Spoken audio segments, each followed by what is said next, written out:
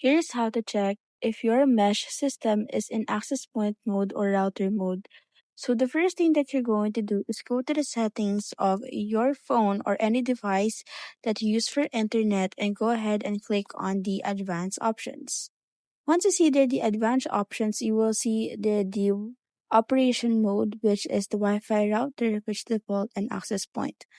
Now, for you to be able to see which of the status on your mesh system is that you can go ahead and click on which access point mode or router mode would you like to access to your internet or to your router.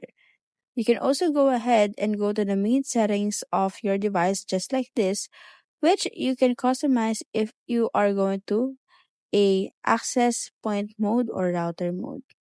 Now, these are the differences between the access mode and router mode.